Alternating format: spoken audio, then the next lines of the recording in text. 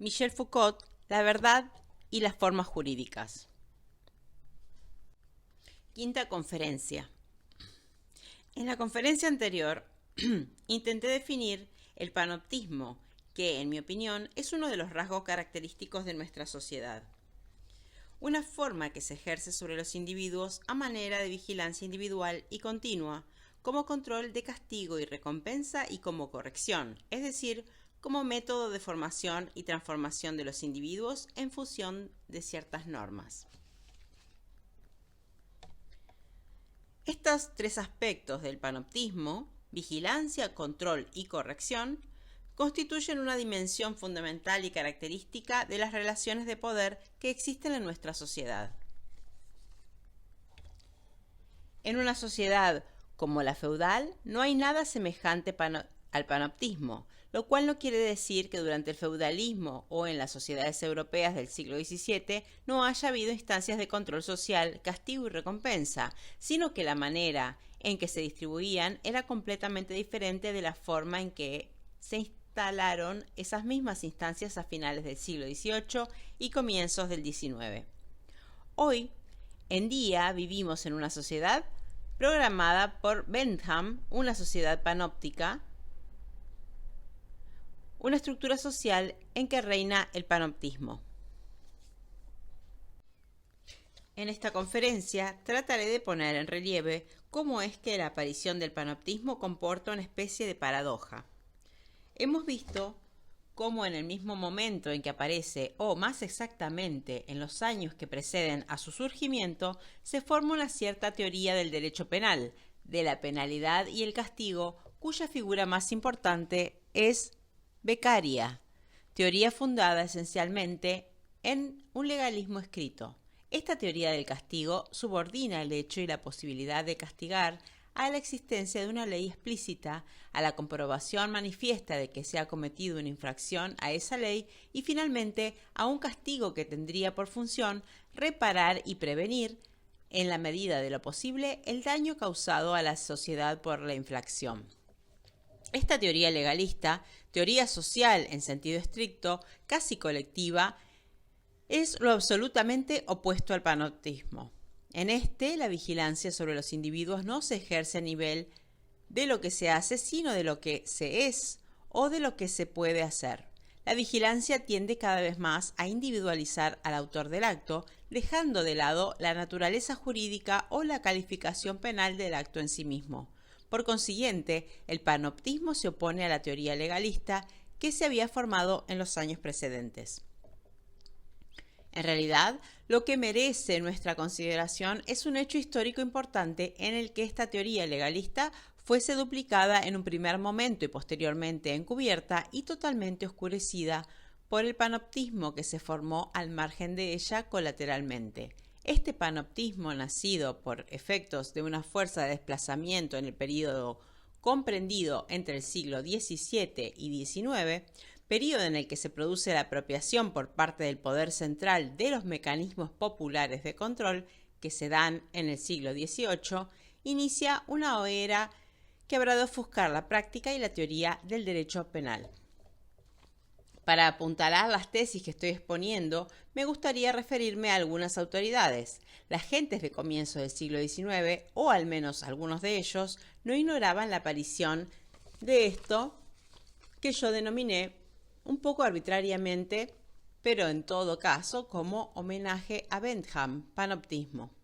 En efecto, muchos hombres de esta época reflexionan y se plantean el problema de lo que estaba sucediendo en su tiempo con la organización de la penalidad o la moral estatal.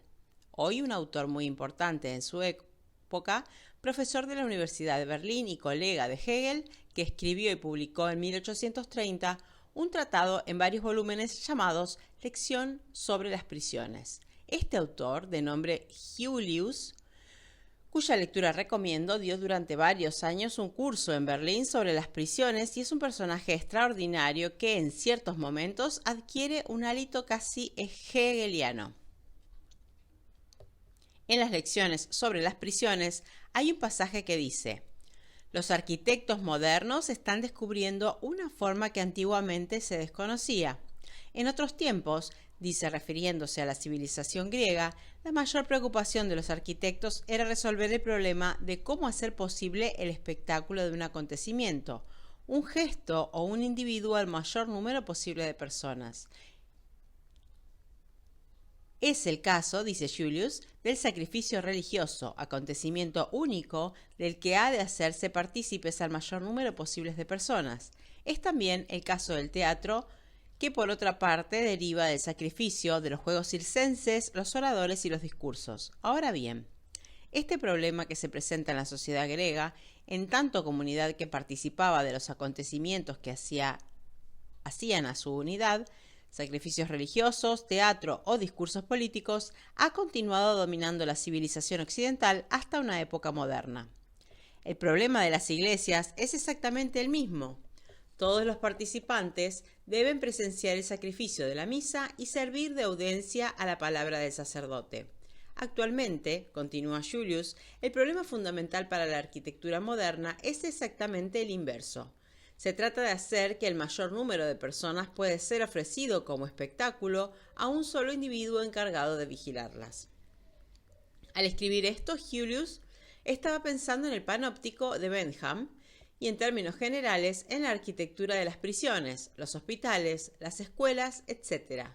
Se refería al problema de cómo lograr no una arquitectura del espectáculo como la griega, sino una arquitectura de la vigilancia, que haga posible que una única mirada pueda recorrer el mayor número de rostros, cuerpos, actitudes, la mayor cantidad posible de celdas.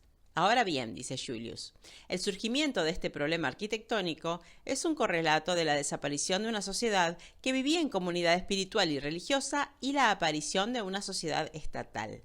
El Estado se presenta como una cierta disposición espacial y social de los individuos en la que todos están sometidos a una única vigilancia.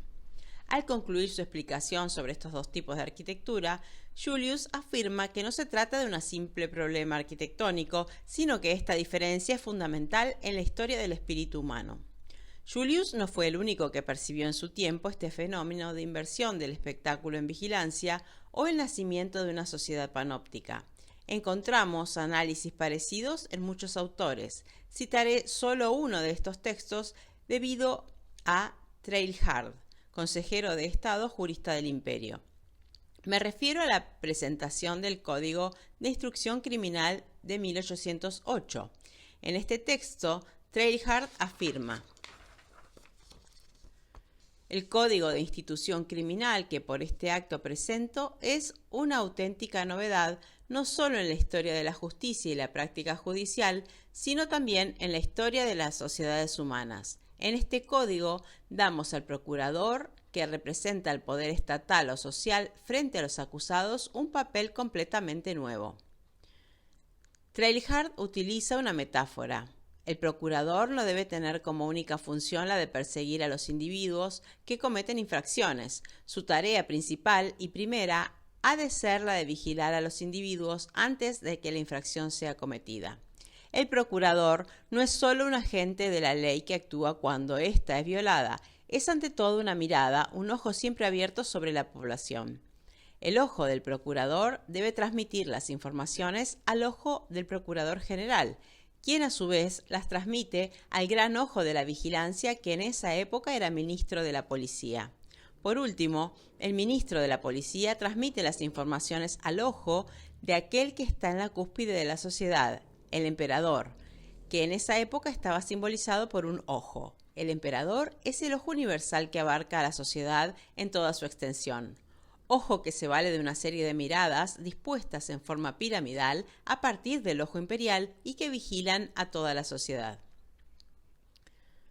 Para Teilhard y los legistas del imperio que fundaron el derecho penal francés, un derecho que desgraciadamente ha tenido mucha influencia en todo el mundo, esta gran pirámide de miradas constituía una nueva forma de justicia.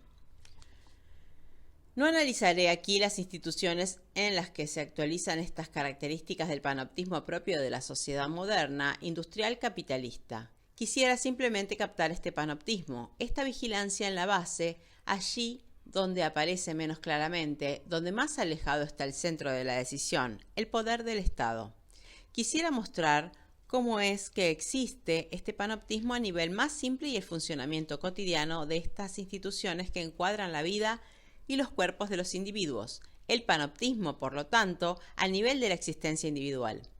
¿En qué consistía y, sobre todo, para qué servía el panoptismo? Propongo una adivinanza. Expondré el reglamento de una institución que realmente existió en los años 1840-1845 en Francia, es decir, en los inicios del periodo que estoy analizando. No diré si es una fábrica, una prisión, un hospital psiquiátrico, un convento, una escuela, un cuartel. Se trata de adivinar a qué institución me estoy refiriendo. Era una institución en la que había 400 personas solteras que debían levantarse todas las mañanas a las 5. A las 5:40 había que terminar su aseo personal, haber hecho la cama y tomado el desayuno. A las 6 comenzaba el trabajo obligatorio que terminaba a las 8:15 de la noche, con un intervalo de 1 hora para comer. A las 8:15 se rezaba una oración colectiva y se cenaba. La vuelta al dormitorio se producía a las 9 en punto de la noche. El domingo era un día especial. El artículo 5 del reglamento de esta institución decía: hemos de cuidar del espíritu propio del domingo, esto es, dedicarlo al cumplimiento del deber religioso y al reposo. No obstante, como el tedio no tardaría en convertir el domingo en un día más agobiante que los demás días de la semana, se deberían realizar diferentes ejercicios de modo de pasar esta jornada cristiana y alegremente. Por la mañana ejercicios religiosos, enseguida ejercicios de lectura y de escritura, finalmente las últimas horas de la mañana dedicadas a la recreación. Por la tarde catecismo las vísperas y paseo después de las 4, siempre que no hiciese frío. De lo contrario, lectura en común. Los ejercicios religiosos y la misa no se celebraban en la iglesia próxima para impedir que los pensionados del establecimiento tuviesen contacto con el mundo exterior. Así, para que ni siquiera la iglesia fuese el lugar o el pretexto de un contacto con el mundo exterior, los servicios religiosos tenían lugar en una capilla construida en el interior del establecimiento. No se admitía ni siquiera a los fieles de afuera. Los pensionados solo podían salir del establecimiento durante los paseos dominicales, pero siempre bajo la vigilancia del personal religioso, que además de los paseos controlaba los dormitorios y las oficinas, garantizando así no solo el control laboral y moral, sino también el económico. Los pensionados no recibían sueldo sino un premio, una suma global estipulada entre los 40 y 80 francos anuales, que solo se entregaba en el momento en que salían. Si era necesario que entrara una persona del otro sexo al establecimiento por cualquier motivo, debía ser escogido con el mayor cuidado y permanecía dentro muy poco tiempo. Los pensionados debían guardar silencio so pena de expulsión. En general, los dos principios organizativos básicos que seguían el reglamento eran: los pensionados no deberían estar nunca solos, ya se encontraron en el dormitorio, la oficina, el refectorio o el patio, y debía evitarse cualquier contacto con el mundo exterior. Dentro del establecimiento debía reinar un único espíritu. ¿Qué institución es esta? En el fondo, la pregunta no tiene importancia, pues bien podría ser una institución para hombres o mujeres, jóvenes o adultos, una prisión, un internado, una escuela o un reformatorio indistintamente. Como es obvio, no es un hospital, pues hemos visto que se habla mucho del trabajo y por lo mismo tampoco es un cuartel. Podría ser un hospital psiquiátrico o incluso una casa de tolerancia. En verdad, era simplemente una fábrica de mujeres que existía en la región del Ródano y que reunía 400 obreras. Habrá quien diga que este es un ejemplo caricaturesco, risible, una especie de utopía. Fábricas prisiones, fábricas conventos, fábricas sin salario en las que se compra todo el tiempo del obrero una vez y para siempre por un premio anual que solo recibe a la salida. Parece el sueño patronal o la realización del deseo del capitalismo produce a nivel de su fantasía, un caso límite que jamás existió realmente. A este comentario yo respondería diciendo que este sueño patronal, este panóptico industrial, existió en la realidad y en gran escala a comienzos del siglo XIX. En una región situada en el sureste de Francia, había 40.000 obreras textiles que trabajaban bajo este régimen, un número en el que aquel momento era sin duda considerable. El mismo tipo de instituciones existió también en otras regiones y países como Suiza, en particular, e Inglaterra. En alguna medida, esa situación inspiró las reformas de Owen. En los Estados Unidos había un complejo entero de fábricas textiles organizadas según el modelo de las fábricas prisiones, fábricas pensionados o fábricas convento. Trátese, pues, de un fenómeno que tuvo en su época una amplitud económica y demográfica muy grande, por lo que bien podemos decir que más que fantasías, fue el sueño realizado de los patrones. En realidad, hay dos especies de utopía: las utopías proletarias socialistas que gozan de la propiedad y de no realizarse nunca, y las utopías capitalistas que desgraciadamente tienden a realizarse con mucha frecuencia. La utopía a la que me refiero, la fábrica-prisión, se realizó efectivamente y no solo en la industria, sino en una serie de instituciones que surgen en esta misma época y que en el fondo respondían a los mismos modelos y principios de funcionamientos, instituciones de tipo pedagógico tales como las escuelas, los orfanatos, los centros de formación, instituciones correccionales como la prisión o el reformatorio, instituciones que son a un tiempo correccionales y terapéuticas como el hospital psiquiátrico, todo eso que los norteamericanos llaman asylums, y que el historiador de los Estados Unidos ha estudiado en un libro reciente. En este libro se intentó analizar cómo fue que aparecieron este tipo de edificios e instituciones en los Estados Unidos y se esparcieron por toda la sociedad occidental. El estudio ha comenzado en los Estados Unidos, pero valdría la pena contemplar la misma situación en otros países, procurando dar la medida de su importancia, medir su amplitud política y económica. Vayamos un poco más lejos. No solamente existieron estas instituciones industriales al lado de estas otras, sino que además estas instituciones industriales fueron en un cierto sentido perfeccionadas, dedicándose múltiples y denodados esfuerzos para su construcción y organización. Sin embargo, muy pronto se vio que no eran viables ni gobernables. Se descubrió que desde ese punto de vista económico representaban una carga muy pesada y que la estructura rígida de estas fábricas-prisiones conducía inexorablemente a la ruina de la empresa. Por último, desaparecieron. En efecto, al desencadenarse la crisis de la producción que obligó a desprenderse de una determinada cantidad de obreros, reacondicionar los sistemas productivos y adaptar el trabajo al ritmo cada vez más acelerado de la producción, estas enormes casas con un número fijo de obreros y una infraestructura montada de modo definitivo se tornaron absolutamente inútiles. Se optó por hacerlas desaparecer, conservándose en algún modo algunas de las funciones que desempeñaban. Se organizaron técnicas laterales o marginales para asegurar, en un mundo industrial, las funciones de internación, reclusión y fijación de la clase obrera, que en un comienzo desempeñaban estas instituciones rígidas, quiméricas, un tanto utópicas. Se tomaron algunas medidas, tales como la creación de ciudades obreras, cajas de ahorro y cooperativas de asistencia, además de toda una serie de medios diversos por los que se intentó fijar a la población obrera, al proletariado en formación, en el cuerpo mismo del aparato de producción. La siguiente es una pregunta que necesita respuesta.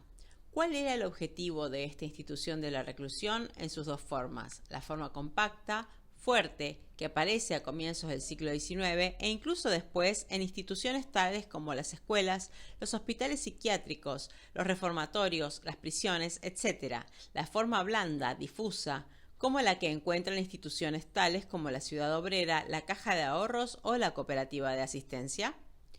A primera vista podría decirse que esta reclusión moderna que aparece en el siglo XIX en las instituciones que he mencionado es una herencia directa de dos corrientes o tendencias que encontramos en el siglo XVIII, la técnica francesa de internación y el procedimiento del control de tipo inglés.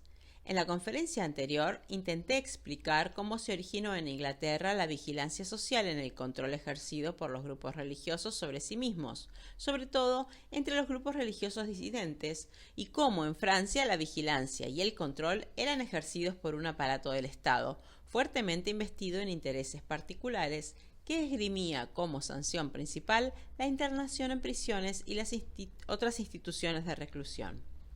Puede decirse, en consecuencia, que la reclusión del siglo XIX es una combinación del control moral y social nacido en Inglaterra y la institución propiamente francesa y estatal de la reclusión en un local, un edificio, una institución o un espacio cerrado. Sin embargo, el fenómeno que aparece en el siglo XIX significa una novedad en relación a sus orígenes. El sistema inglés del siglo XVIII de control se ejerce por el grupo sobre un individuo o individuos que pertenecen a ese grupo. Este era, al menos en situación inicial, a finales del siglo XVII y comienzos del siglo XVIII. Los cuáqueros y los metodistas ejercían su control siempre sobre quienes pertenecían a sus propios grupos o se encontraban en el espacio social o económico del grupo. Solo más tarde se produce ese desplazamiento de las instancias hacia arriba, hacia el Estado. El hecho de que un individuo perteneciera a un grupo lo hacía pasible de vigilancia por su propio grupo. En estas instituciones que se forman en el siglo XIX, la condición de miembro de un grupo no hace a su titular posible de vigilancia. Por el contrario, el hecho de ser un individuo indica justamente que la persona en cuestión está situada en una institución, la cual, a su vez, había de constituir el grupo, la colectividad que sería vigilada. Se entra en la escuela, en el hospital o en la prisión en tanto se es un individuo. Estas, a su vez, no son formas de vigilancia del grupo al que se pertenece. Son la estructura de vigilancia que va a convocar a los individuos, al integrarlos, los constituirá secundariamente como grupo. Vemos así cómo se establece una diferencia sustancial entre dos momentos en la relación entre vigilancia y el grupo. Asimismo, en relación con el modelo francés, la internación del siglo XIX es bastante distinta a la que se presentaba en Francia en el siglo XVIII. En esta época, cuando se internaba a alguien, se trataba siempre de un individuo marginado en relación con la familia, su grupo social, la comunidad a la que pertenecía. Era alguien fuera de la regla, marginado por su conducta, su desorden, su vida irregular. La internación respondía a esta marginación, de hecho con una especie de marginación en segundo grado, de castigo. Era como si le dijeran a un individuo: pues te has separado de tu grupo, vamos a separarte provisorio definitivamente de la sociedad. En consecuencia, puede decirse que en una Francia de esta época también había una reclusión de exclusión. En nuestra época, todas estas instituciones, fábrica, escuela, hospital psiquiátrico, hospital, prisión, no tienen por finalidad excluir, sino por el contrario, fijar a los individuos. La fábrica no excluye a los individuos, los liga en un aparato de producción. La escuela no excluye a los individuos, aun cuando los encierra, los fija a un aparato de transmisión del saber. El hospital psiquiátrico no excluye a los individuos, los vincula en un aparato de corrección y normalización. Y lo mismo ocurre con los reformatorios y la prisión. Si bien los efectos de estas instituciones son la exclusión del individuo, su finalidad primera es fijarlos a un aparato de normalización de los hombres. La fábrica, la escuela, la prisión y los hospitales tienen por objetivo ligar al individuo al proceso de producción, formación o corrección de los productores, que habrá de garantizar la producción y a sus ejecutores en función de una determinada norma. En consecuencia, es lícito oponer la reclusión del siglo XVIII que excluye a los individuos del círculo social a los que aparece en el siglo XIX, que tiene por función ligar a los individuos a los aparatos de producción a partir de la formación de corrección de los productores. Trátese entonces de una inclusión por exclusión. He aquí por qué opondré la reclusión al secuestro, la reclusión del siglo XVIII, dirigida esencialmente a excluir a los marginales, o reforzar la marginalidad y el secuestro del siglo XIX, cuya finalidad es la inclusión y la normalización. Por último, existe un tercer conjunto de diferencias en relación con el siglo XVIII que da una configuración original a la reclusión del XIX. En la Inglaterra del siglo XVIII se daba un proceso de control que era, en principio, claramente extraestatal e incluso antiestatal, una especie de reacción defensiva de los grupos religiosos frente a la dominación del Estado, por medio de la cual estos grupos aseguraban su propio control. Por el contrario, en Francia había un aparato fuertemente estatizado, al menos por su forma de instrumentos. Recuérdese la institución de la lettre de cachet, fórmula absolutamente extraestatal en Inglaterra y fórmula absolutamente estatal en Francia. En el siglo XIX aparece algo nuevo, mucho más blando y rico, una serie de instituciones que no se puede decir con exactitud si son estatales o extraestatales, si forman parte o no del aparato del Estado. En realidad, algunos casos y según los países y las consecuencias, algunas de estas instituciones son controladas por el aparato del Estado. Por ejemplo, en Francia el control estatal de las instituciones pedagógicas fundamentales fue motivo de un conjunto que dio lugar a un complicado juego político. Sin embargo, en el nivel en que yo me coloco esta cuestión no es digna de consideración. No me parece que esta diferencia sea muy importante. Lo verdaderamente nuevo e interesante es, en realidad, el hecho de que el Estado y aquello que no es estatal se confunde, se entrecruza dentro de estas instituciones. Más que instituciones estatales o no estatales, habría que hablar de red de instituciones de secuestro que es infraestatal. La diferencia entre lo que es y no es aparato del Estado no me parece importante para el análisis de las funciones del aparato general de secuestro, la red de secuestro dentro de la cual está encerrada nuestra existencia. ¿Para qué sirven esta red y estas instituciones?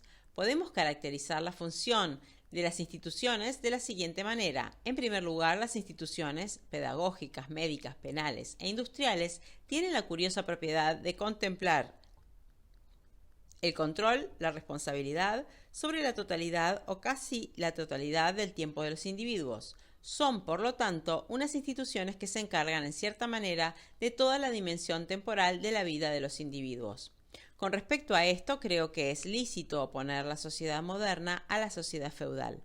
En la sociedad feudal y en muchas de estas sociedades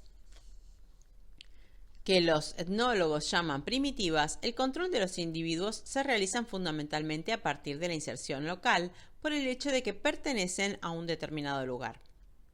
El poder feudal se ejerce sobre los hombres en medida a que pertenecen a cierta tierra. La inscripción geográfica es un medio de ejercicio del poder. En efecto, la inscripción de los hombres equivalen a una localización. Por el contrario, la sociedad moderna que se forma a comienzos del siglo XIX es en el fondo indiferente y relativamente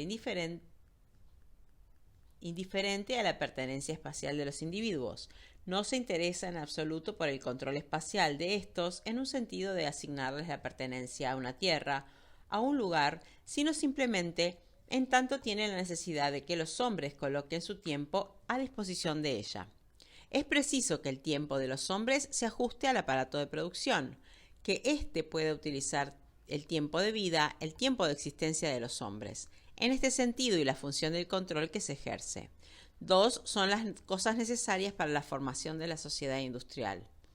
Por una parte, es preciso que el tiempo de los hombres sea llevado al mercado y ofrecido a los compradores, quienes, a su vez, lo cambiarán por un salario. Y por otra parte, es preciso que se transforme en tiempo de trabajo. A ello se debe que encontramos el problema de las técnicas de explotación máxima del tiempo en toda una serie de instituciones. Recuérdese el ejemplo que he referido, en el que se encuentra este fenómeno en su forma más compacta, en estado puro. Una institución compra de una vez para siempre y por el precio de un premio del tiempo exhaustivo de la vida de los trabajadores, de la mañana a la noche y de la noche a la mañana. El mismo fenómeno se encuentra en estas instituciones, en las instituciones pedagógicas que se abrirían poco a poco en el transcurso del siglo, en los reformatorios, los orfanatos y las prisiones. Tenemos además algunas formas difusas sugeridas en particular a partir del momento en que se vio que no era posible administrar aquellas fábricas prisiones y hubo que volverse a un nuevo tipo de trabajo convencional en las que las personas llegan por la mañana, trabajan y dejan el trabajo al caer la noche.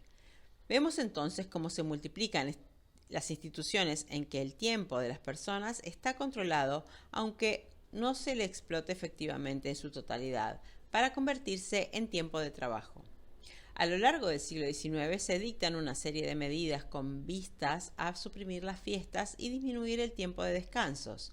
Una técnica muy sutil se elabora durante este siglo para controlar la economía de los obreros. Por una parte, para que la economía tuviese la necesaria flexibilidad, era preciso que en épocas críticas se pudiese despedir a los individuos. Pero por otra parte, para que los obreros pudiesen recomenzar el trabajo al cabo de este necesario periodo de desempleo y no muriesen de hambre por falta de ingresos, era preciso asegurarles unas reservas. A esto se debe el aumento del salario que se esboza claramente en Inglaterra en los años 40 y en Francia en la década siguiente. Pero una vez asegurado que los obreros tendrán dinero, hay que cuidar de que no utilicen sus ahorros antes del momento en que queden desocupados. Los obreros no deben utilizar sus economías cuando les parezca, por ejemplo, para hacer una huelga o celebrar fiestas. Surge entonces la necesidad de controlar las economías del obrero y de ahí la creación. En la década de 1820 y sobre todo a partir de los años 40 y 50 de las cajas de ahorro y las cooperativas de asistencia, etc., que permiten drenar las economías de los obreros y controlar la manera en que son utilizadas. De este modo, el tiempo del obrero, no solo el tiempo de su día laboral, sino de su vida entera, podría perfectamente ser utilizado de mejor manera posible por el aparato de producción.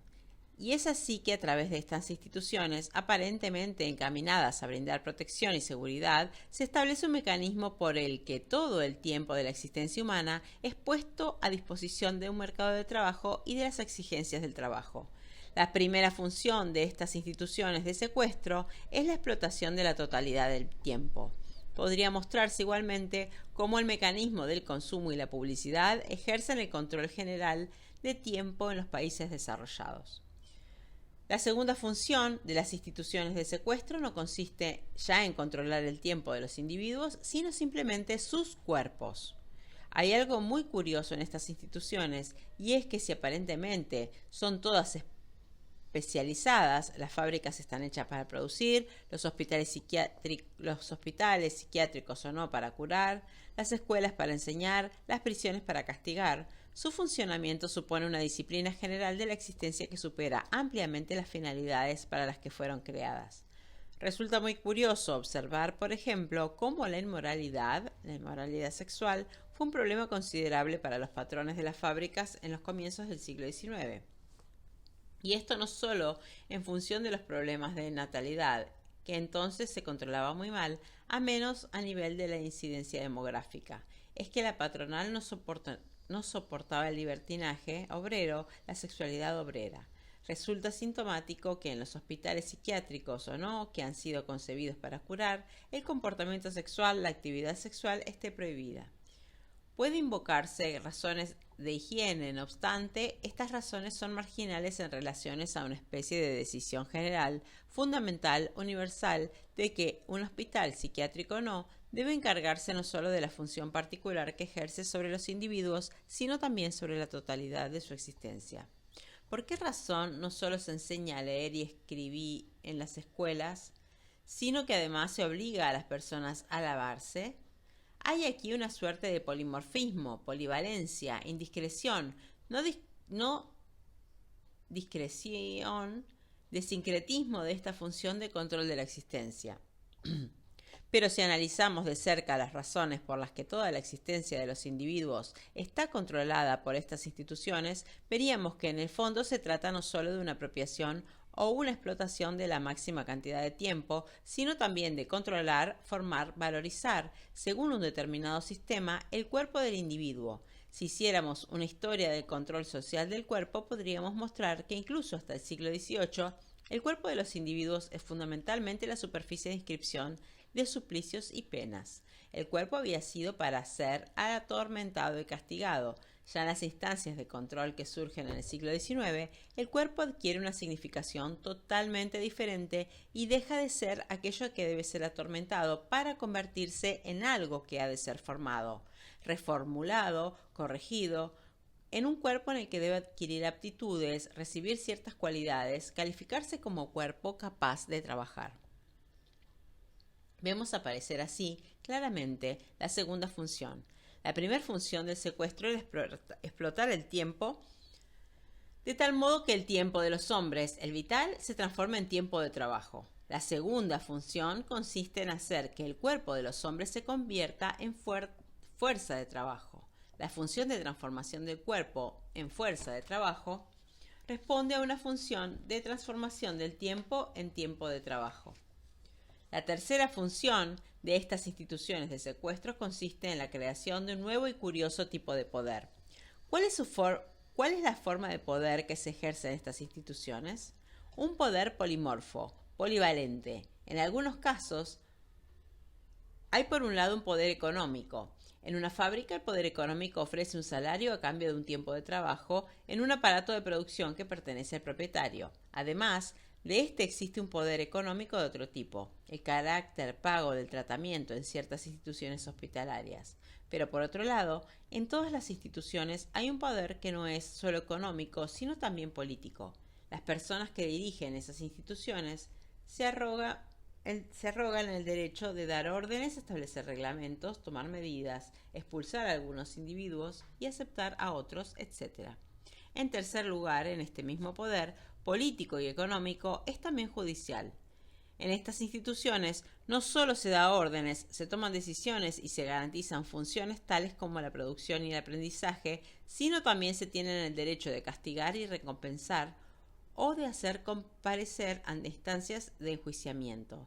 El micropoder que funciona en el interior de estas instituciones es al mismo tiempo un poder judicial. Resulta sorprendente comprobar lo que ocurre en las prisiones, a donde se envía a los individuos que han sido juzgados por un tribunal, pero que no obstante a ello caen bajo la observación de un microtribunal permanente constituido por los guardianes y el director de la prisión, que día y noche los castigan según su comportamiento. El sistema escolar se basa también en una especie de poder judicial. Todo el tiempo se castiga y se recompensa, se evalúa, se clasifica, se dice quién es el mejor y quién es el peor. Poder judicial que, en consecuencia, duplica el modelo de poder judicial. ¿Por qué razón, para enseñar algo a alguien, ha de castigarse o recompensarse? El sistema parece evidente, pero si reflexionamos, veremos que la evidencia se disuelve. Leyendo a Nietzsche, vemos que puede concebirse un sistema de transmisión del saber que no solo se coloca en el seno de un aparato sistemático de poder judicial, político y económico. Por último, hay una cuarta característica del poder. Poder que de algún modo atraviesa y anima a estos otros poderes. Trátese de un poder epistemológico, el poder de extraer un saber de y sobre estos individuos ya sometidos a la observación, controlados por estas diferencias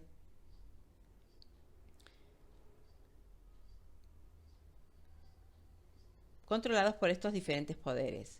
Esto se da de dos maneras. Por ejemplo, en la institución como una fábrica de trabajo del obrero y de saber que éste desarrolla acerca de su propio trabajo, los adelantos técnicos, las pequeñas invenciones y descubrimientos, las microadaptaciones que pueden hacer en el curso de su trabajo, son inmediatamente anotadas y registradas, y por consiguiente extraídas de su práctica por el poder que se ejerce sobre él a través de la vigilancia.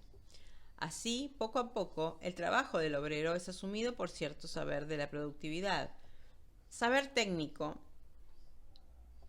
de la producción que permitirá un refuerzo del control. Comprobamos de esta manera cómo se forma un saber extraído de los individuos mismos a partir de su propio comportamiento. Además de este, hay un segundo saber que se forma de la observación y clasificación de los individuos, del registro, el análisis y la comparación de sus comportamientos. Al lado de este saber tecnológico propio de todas las instituciones de secuestro, nace un saber de observación de algún modo clínico, el de la psiquiatría, la psicología social, la criminología, etc. Los individuos sobre los que se ejerce el poder pueden ser el lugar en donde se extrae el saber que ellos mismos forman y que será retranscrito y acumulado según nuevas normas, o bien pueden ser objetivos de un saber que permitirá a su vez nuevas formas de control. Por ejemplo, hay un saber psiquiátrico que nació y se desarrolló hasta Freud, quien produjo la primera ruptura. El saber psiquiátrico se formó a partir de un campo de observación ejercida práctica y exclusivamente por los médicos que detentaban el poder en el campo institucional cerrado, el asilo u hospital psiquiátrico. La pedagogía se constituyó igualmente a partir de las adaptaciones mismas del niño a las tareas escolares, adaptaciones que, observadas y extraídas de su comportamiento, se convirtieron enseguida en leyes de funcionamiento de las instituciones y formas de poder ejercidos sobre él. En esta tercera función de las instituciones de secuestro, a través de los juegos de poder y saber, poder múltiple y saber que interfiere y se ejerce simultáneamente en estas instituciones, tenemos la transformación de la fuerza del tiempo y la fuerza del trabajo y su integración en la producción. Que el tiempo de la vida se convierta en tiempo de trabajo, que éste a su vez se transforme en fuerza de trabajo y que la fuerza de trabajo pase a ser fuerza productiva. Todo esto es posible por el juego de una serie de instituciones que esquemática y globalmente se definen como instituciones de secuestro. Creo que cuando examinamos de cerca estas instituciones de secuestro nos encontramos siempre con un tipo de envoltura general, un gran mecanismo de transformación, cualquiera sea el punto de inserción o de aplicación particular de estas instituciones, como hacer del tiempo y el cuerpo de los hombres, de su vida, fuerza productiva. El secuestro asegura este conjunto de mecanismos. Para terminar, desarrollaré precipitadamente algunas conclusiones. En primer lugar, creo que este análisis permite explicar la aparición de la prisión, una institución que, como habíamos visto, resulta ser bastante enigmática. ¿Cómo es posible que partiendo de una teoría del derecho penal como la de Beccaria pueda llegarse a algo tan paradójico como la prisión? ¿Cómo pudo imponerse una institución tan paradójica y llena de inconvenientes a un derecho penal que en apariencia era rigurosamente racional? ¿Cómo pudo imponerse un proyecto de prisión correctiva a la racionalidad legista de Beccaria? En mi opinión, la prisión se impuso simplemente porque era una forma concentrada, ejemplar, simbólica de todas estas instituciones de secuestro creadas en el siglo XIX. De hecho, la prisión es isomorfa a todas esas instituciones. En el gran panoptismo social, cuya función es precisamente la transformación de la vida de los hombres en fuerza productiva, la prisión cumple un papel mucho más simbólico y ejemplar que económico, penal o correctivo. La prisión es la margen de la sociedad, su margen invertida, una imagen transformadora de una amenaza. La prisión emite dos discursos. He aquí lo que la sociedad es. Vosotros no podéis criticarme, puesto que yo hago únicamente aquellos que os hacen diariamente en la fábrica, en la escuela, etc. Yo soy, pues, inocente, soy apenas una expresión de un consenso social. En la teoría de la penalidad o la criminología se encuentran precisamente esto, la idea de que la prisión no es una ruptura con lo que sucede todos los días. Pero al mismo tiempo, la prisión emite otro discurso. La mejor prueba de que vosotros no estáis en prisión es que yo existo como institución particular separada de las demás, destinada solo a quienes cometieron una falta contra la ley. Así, la prisión se absuelve de ser tal porque se asemeja al resto y al mismo tiempo se absuelve de las demás instituciones de ser prisiones porque se presenta como válida únicamente para quienes cometieron una falta. Esta ambigüedad en la posición de la prisión me parece que explica su increíble éxito, su carácter casi evidente, la facilidad con que se aceptó a pesar de que en su aparición en la época en que se desarrollaron los grandes penales en 1817 a 1830, todo el mundo sabía cuáles eran sus inconvenientes y su carácter funesto y dañino. Esto es la razón por la que la prisión puede incluirse y se incluye en el hecho de que la pirámide de los panoptismos sociales. La segunda conclusión es más polémica. Alguien dijo, La esencia completa del hombre es el trabajo. En verdad, esta tesis ha sido enunciada por muchos. La encontramos en Hegel, los post-hegelianos y también en Marx. En todo caso, en el Marx de cierto periodo, diría Althusser, como yo me intereso por los autores, sino por el funcionamiento de los enunciados, poco importa quién lo dijo o cuándo. Lo que yo quisiera que quedara en claro es que el trabajo no es en absoluto la esencia concreta del hombre o la existencia del hombre en su forma concreta. Para que los hombres sean efectivamente colocados en el trabajo y ligados a él, es necesaria una operación, una serie de operaciones complejas por las que los hombres se encuentran realmente, no de una manera analítica, sino sintética, vinculados al aparato de producción para el que trabajan. Para que la esencia del hombre pueda representarse como trabajo, se necesita la operación y la síntesis operada por un poder político. Por lo tanto, creo que no puede admitirse, pura y simplemente en un análisis tradicional del marxismo, que supone que siendo el trabajo la esencia concreta del hombre, el sistema capitalista es el que transforma este trabajo en ganancia, plusganancia o plusvalor. En efecto, el sistema capitalista penetra mucho más profundamente en nuestra existencia. Tal y como se instauró en el siglo XIX, este régimen se vio obligado a elaborar un conjunto de técnicas políticas, técnicas del poder, por las que el hombre se encuentra ligado al trabajo, por las que el cuerpo y el tiempo de los hombres se convierten en tiempo de trabajo y fuerza de trabajo y pueden ser efectivamente utilizados para transformarse en plusganancia. Pero para que haya plusganancia es preciso que haya subpoder, es preciso que el nivel de existencia del hombre se haya establecido una trama de poder político microscópico, capilar, capaz de fijar a los hombres al aparato de producción, haciendo de ellos agentes productivos trabajadores. La ligazón del hombre con el trabajo es sintética, política, es una ligazón operada por el poder. No hay plusganancia sin subpoder. Cuando hablo del subpoder me refiero a ese poder que se ha descrito y no me refiero al que tradicionalmente se conoce como poder político. No se trata de un aparato del Estado ni de una clase de poder, sino del conjunto de pequeños poderes e instituciones situadas a un nivel más bajo. Hasta ahora he intentado hacer el análisis de su poder como condición de posibilidad de plusganancia. Las últimas conclusiones es que este subpoder, condición de la plusganancia, provocó al establecerse y entrar en funcionamiento el nacimiento de una serie de saberes, saber del individuo, de la normalización, saber correctivo, que se multiplicaron en estas instituciones de su poder, haciendo que surgieran las llamadas ciencias humanas y el hombre como objeto de la ciencia.